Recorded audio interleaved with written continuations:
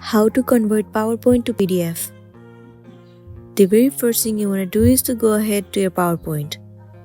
Once you're in here, click on Files at the top left corner. Inside Files, click on Export. Inside Export, the option of Create PDF document will be available to you. And then inside that, once again click on Create PDF. Your documents will appear. Click on the specific file that you want to convert it into PDF. Once you have selected the file, below the file name, you can see the option where it says Save as Type.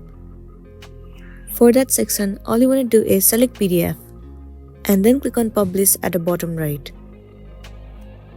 Once you click on Publish, the PowerPoint file will be converted into PDF successfully, and then you'll be good to go.